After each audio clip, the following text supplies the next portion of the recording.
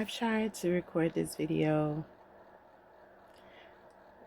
Well, I recorded this video before and the sound disappeared once I put in pictures. I've been gone for a while. And it's for some situations that I will talk about later. My TikTok page got deleted. A lot of things have happened since then. My phone was hacked. My computer was hacked. I was cyber stalked and cyber harassed.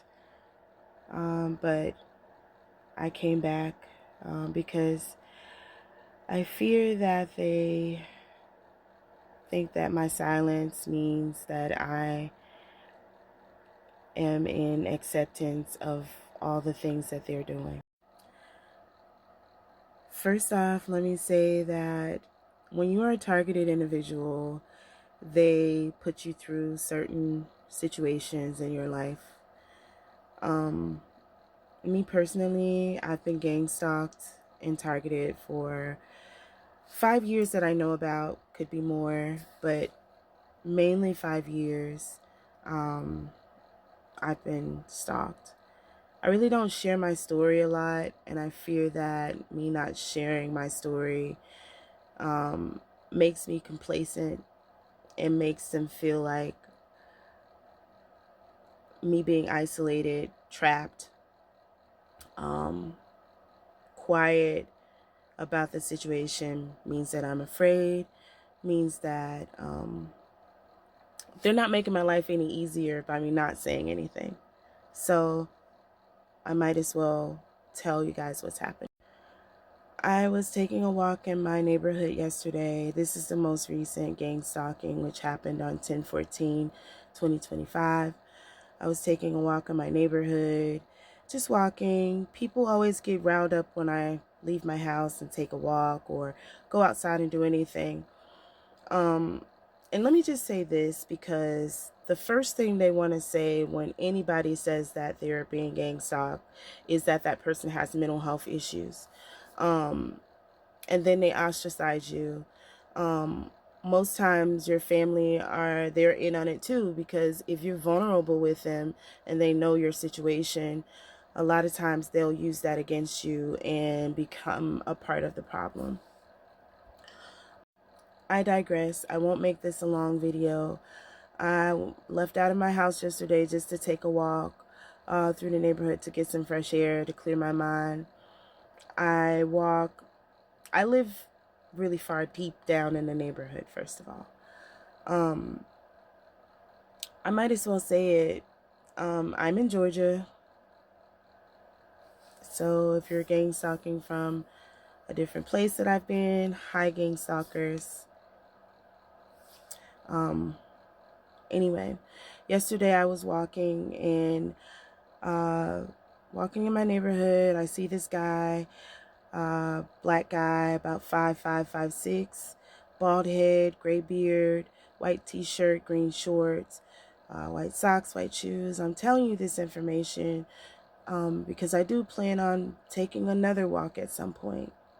And if anything happens to me, which I don't think it will, but I do need to make record of this because I've been quiet for so long and I don't care anymore. It's affecting me. It's affecting the lives of, the people around me, and I don't want to be quiet about it anymore. Being quiet hasn't made it any better.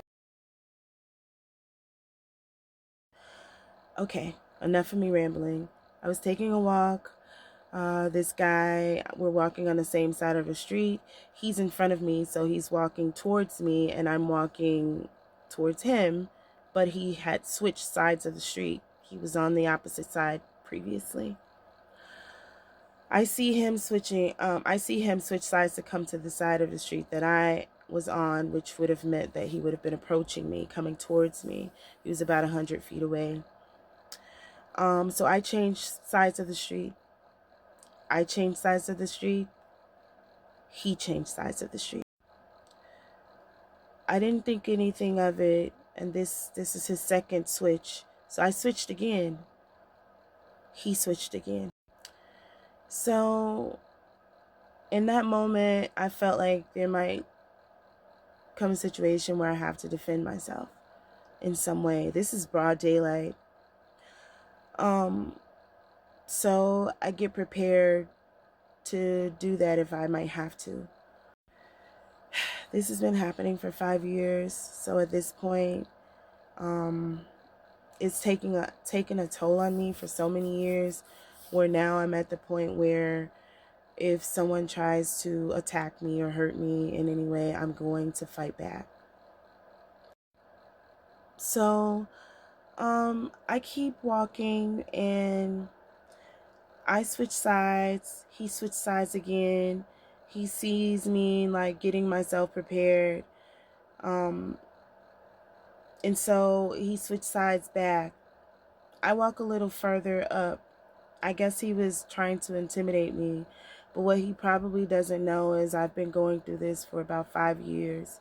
So I've experienced a lot of different types of tactics that they use. So this lady comes along, pink shirt, blue pants, hat on her head.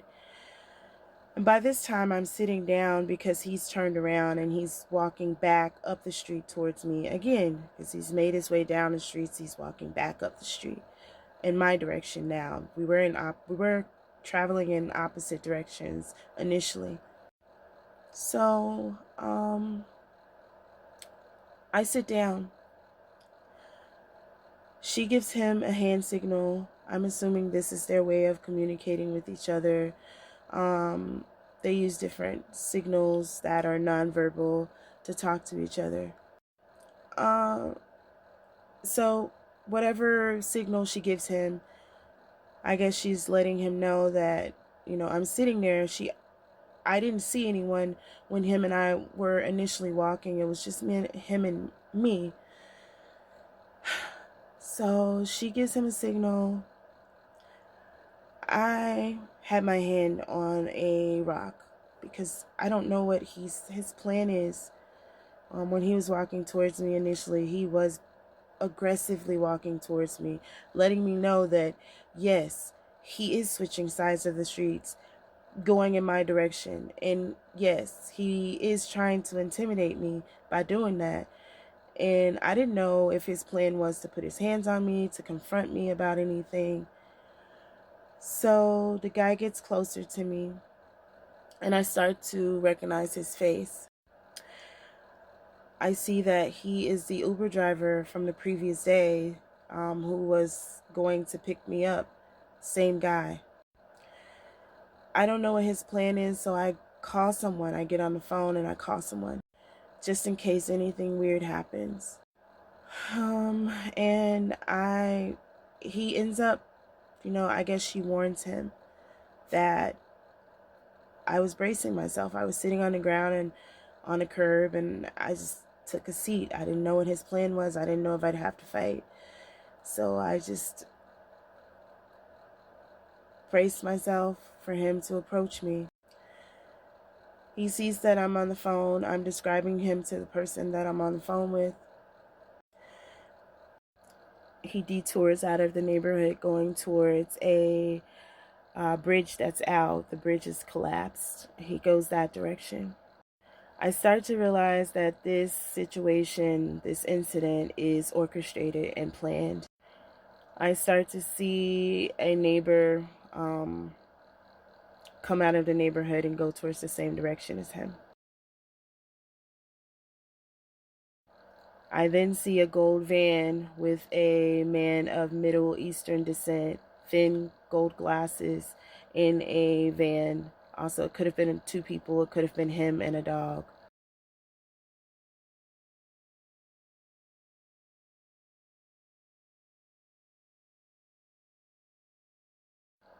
They block me in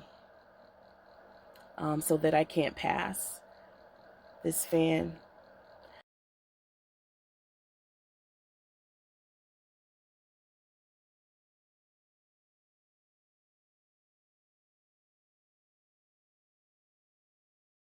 I'm still on the phone with the person that I'm talking to. I'm describing everything that's happening to them. Halted my walk session and headed back home. Don't be afraid to tell your story if this is happening to you.